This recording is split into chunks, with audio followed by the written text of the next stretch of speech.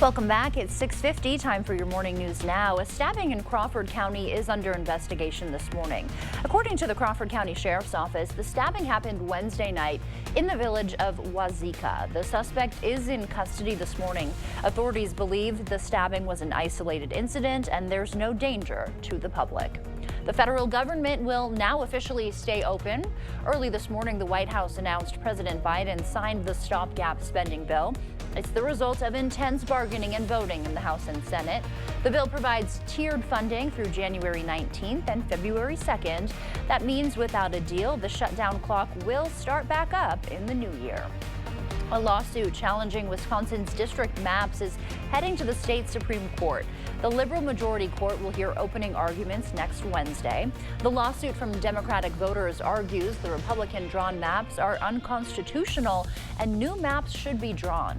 Republican leaders in 2021 said the maps they drew are gerrymandered to benefit their party. If the court sides with the voters behind the lawsuit, every Wisconsin lawmaker could be up for re-election in 2024 under brand new district maps.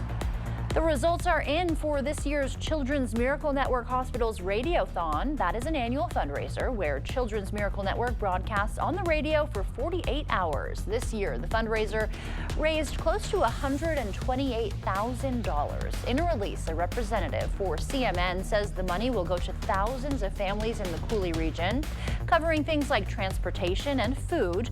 The organization will also help cover medical equipment for those in need. One parent says she was stunned when she heard the results from this year's fundraiser. I don't even know what the words are for that. It's just absolutely amazing.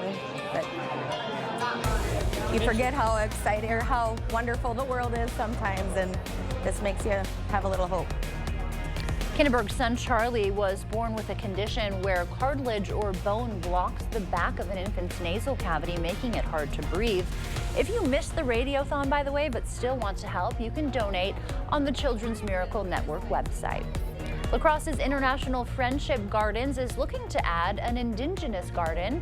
Throughout the space, different gardens celebrate La Crosse's sister city relationships. Now, the group behind the area is hoping to create an Indigenous garden. The space will feature native plants, and they are planning to include a statue of Betsy Thunder, a traditional Ho-Chunk healer. La Crosse's Board of Park Commissioners voted to approve the concept of the garden last night. The board will vote in January to give final approval. Happening today, the City of Eau Claire will hold a meeting about the possibility of creating an Eau Claire governmental conversation group. According to a press release put out by the city, the meeting will be held in the Our Bridge conference room at the Eau Claire City Hall and will start at 2 p.m. this afternoon. If you're looking for a family-friendly way to get into the holiday spirit and maybe knock out some holiday shopping, the 59th Annual Holiday Fair is being held this weekend at the La Crosse Center. The 129 vendor fair has 32 new vendors this year and this snow globe that you can take a picture in. The craft show features all handmade items, so expect to see lots of trinkets, home decor, and even some food. The long-standing tradition is a wonderful way to shop local and get into the holiday spirit. Bringing all these people together from different communities, getting people engaging with our local vendors. Everything here is handmade, so it's really nice buying products and seeing who makes them and interacting with those people. Door prizes will be given away every hour. You can also get your picture taken with Santa and say hi to Rudolph. The holiday fair runs through Sunday. And as you head out the door this morning, our temperatures are into the low 30s. We're going to be looking at temperatures warming up into the 40s by 11 o'clock and in the mid 40s here by this afternoon. Lots of sunshine for us to work with here today and light winds. The only thing is it will be much colder, and we will be warming up though as we head into this weekend though. Highs into the 50s, highs dropping to the 40s again by Monday and Tuesday with a chance of showers on Monday. Otherwise, next week looks mainly cloudy, highs dropping into the upper 20s, low 30s Wednesday through Friday of next week. So get ready.